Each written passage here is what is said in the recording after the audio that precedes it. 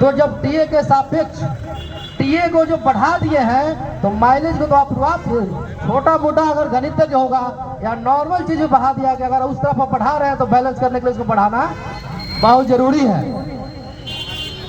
अब जब या पता नहीं हमारे रेलवे के अधिकारी, इसी बात पे चुटकुला याद आ गया है, चुटकुला सुना दे रहे हैं आप लोग को। एक प्रोफेसर थे जो अपने क्लास में स्टूडेंट से पूछ रहे हैं कि एक प्लेटफॉर्म, थोड़ा चुटकुला ध्यान से सुनिएगा, चुटकुला है ध्यान से सुनिएगा। एक चुटकुला है जिसमें एक प्रोफेसर अपने क्लास में बच्चों से पूछ रहे हैं कि एक प्लेटफॉर्म 2 किलोमीटर लंबा है और तेज आंधी चल रही है, एक ट्रेन दिल्ली की तरफ से आई और मुंबई की तरफ निकल गई, तो हमारी उम्र क्या है? यही बच्चे अब एक दूसरे का मुंह देखने लगे कि भाई ये क्या कैसा सवाल है। उसी में से एक बच्चा जो हाथ उठाया कि सर आपकी उम्र 42 साल है।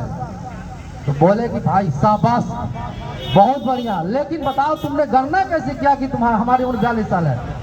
तो बच्चा कह रहा है कि सर हमारे मोहल्ले में एक लड़का रहता है जो आधा पागल है और उसकी उम्र 21 साल है। तो आप वही हमारे रेलवे के अधिकारी भी जो है पता नहीं कैसे एक तरफ बढ़ा दिया, दूसरे तरफ बैलेंस करने लगे, माइलेज जो है हमारा नहीं बढ़ पाया। और माइलेज यह जो है सिर्फ पैसों की मांग नहीं है, इसके लिए हम दो शब्द लिखे हैं, बता रहे हैं आपको। और हम लोग कभी किसी ने सोचा कि जब त्योहारों की घर में लोग दिए जलाते हैं तो हम लोग इंजन की रोशनी में सफर करते हैं, पटरियों पे दौड़ते हैं।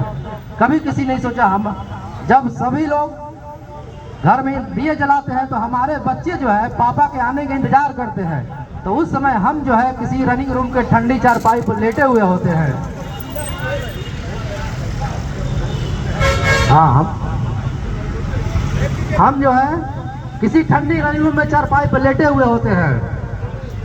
साथियों, यह मांग उस सिर्फ पैसों की नहीं है, यह मांग उस मेहनत की है जो दिन रात पटरियों पर बहते हैं। यह मांग उस त्याग की है जो हर त्योहार, हर जन्मदिन और हर खुशी में कुर्बान हो जाता है। यह मांग उस सम्मान की है जिसके बिना रेलवे का पहिया घूम नहीं सकता। इसलिए हम सब मिलकर कहते हैं रनिंग अलाउंस बढ़ाओ, ये कीमत नहीं बल्कि हमारे त्याग का सम्मान है। और अंत में थोड़ा सा हम एन रहमान भैया के बारे में, जैसे जिन्होंने अभी इस उम्र में हम लोग थोड़ा सा बड़े हो जाते हैं तो कहते हैं कि अब हम बुढ़ा गए, अब हम क्या कहें, अब आप लोगों का काम है। लेकिन एन रहमान भैया के कारण जो है पूरे एनईआर में इतना बढ़िया से इसी खड़ा हुआ है, उनके लिए वो जो है अपने अगले साल उनका रिटायरमेंट है, लेकिन फिर भी जो है वो एक काम कर रहे हैं, उनके जज्बा को देख के